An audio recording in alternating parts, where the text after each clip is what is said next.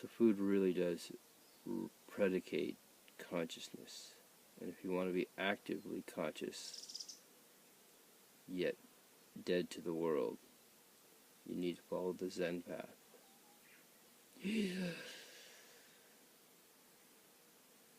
Is the way. So it's when the breath comes in, you follow it. You feel an intimacy in it. You can't achieve these states until you stop eating. You really get clued in on this, people. I swear. I would be the most sought after video breath guru on the internet. But people seem to value distraction more than they value the real deal, the real truth. You know, the reason the Buddha doesn't come out of the mountains is because the mountains are a safe, quiet place that you can go to, too. You know, most of the high teachers in the world are in the world. They got out. They're like, everyone else can do it. You see, we make the choice. You can't tell the truth in a noisy intersection, which is how life is. That's where the lies are. All the lies are happening in commerce. It's like when you stop using the money, buying the packaged things, realizing that your life is way more important to join the dream than to continue the nightmare. I try to keep telling people this. Quit everything. Go back to nature. Listen to the birds. You know, here I can only hear birds. Rarely do I ever hear a helicopter. Rarely do I ever hear a car. Never a dog. Roosters are way far away. The point is that when you are in a place that is completely foreign, completely sterile, pure, then you start to become clear and pure. I mean, I'm telling you, talking to you, please listen. This is Grandmaster. This is Guru. This is breathwork. This is you becoming you into your own truth, which is you gotta challenge yourself. You gotta put yourself into a place where it's not comfortable. You have to get out of your bubble. But find that bubble that you can create that is so comfortable. Like this is my meditation staff. See? You have to have one of these if you want to perform longer meditations, because it helps to align you and keep your breath up. It's true.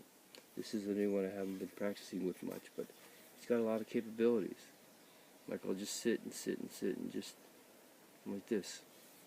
And in that, the breath actually stops. The mind becomes a zero, no thoughts. And there's this internal life and death happening. You can actually watch it. It's beautiful. See, this is where we have to learn to harbor bliss. See, I really wish you would value bliss more you value the things in the world.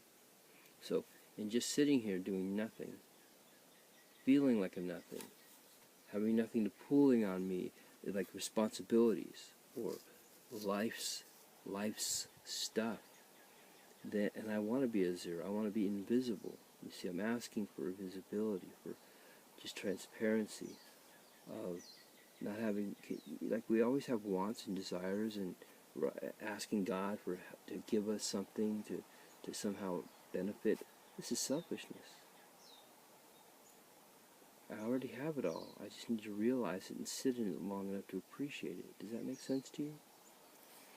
Sit in your meditation long, but you can't get into meditation until you stop the caffeine, the sugars, the foods that are actually predicating more desire, more. Okay?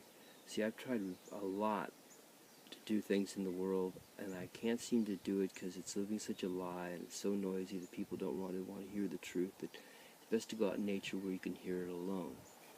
Now, one of my good teacher friends, who's quite awake, said to me,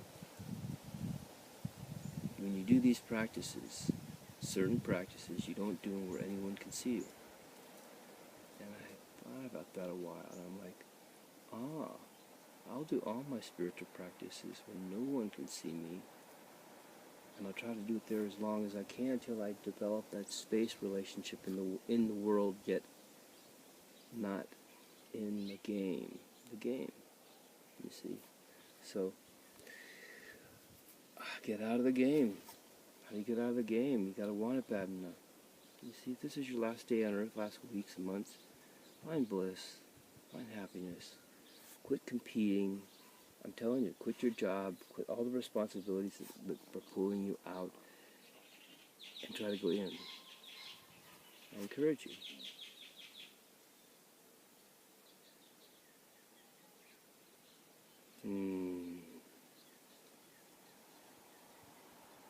See, I want us all to be masters in this lifetime.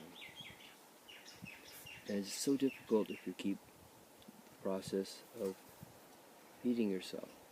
Seriously, you got to give up the whole eating thing. Because as soon as you do, as soon as you are eating, ask yourself questions. And when you're not eating, ask, how do I maintain not eating for longer periods? You can go without a meal every hour. Go 10 hours. Go a day, 2 days. It's like extending it. So you need to learn the circuits. You need to learn how to absorb energy that you already have. Okay? So I'm going to describe it like a battery. The tongue is the major circuit. That's where thirst begins, and hunger. So if you weren't thirsty, would you be drinking as much? Probably not. If you weren't hungry, you'd be able to go longer periods of time with clear focus. You know? So how do you do that? The tongue. It has to be closed. The mouth has to be closed. You have to pull back on the tongue. You have to pull back on the major glands back here and start drawing saliva. This is one of the greatest yogic techniques I could ever show you. It's so basic that even a child could do it. And if you aren't doing it, you're not in the deep place of where you can be all the time. You see, it takes days and days and weeks for it to get better and better.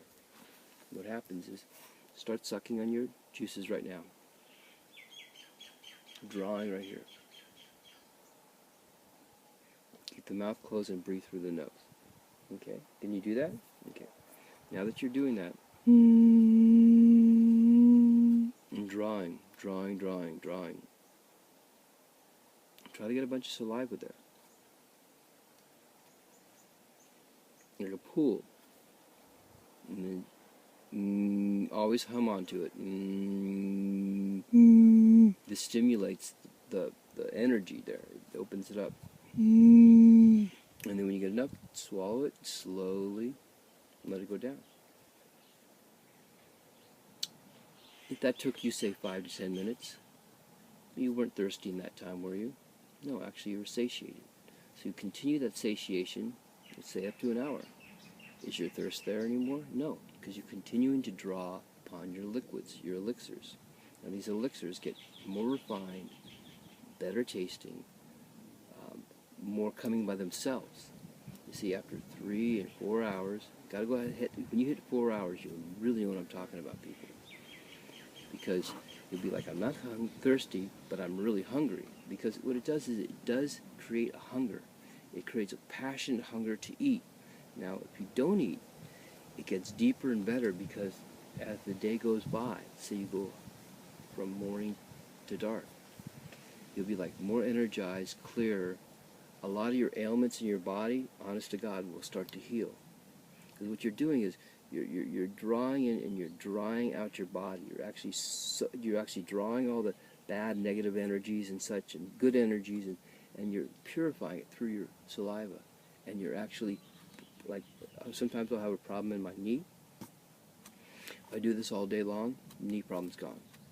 So there is something to not consuming food so that the body can take that time of healing. You see, the greatest spiritual healing happens when you hunger and thirst.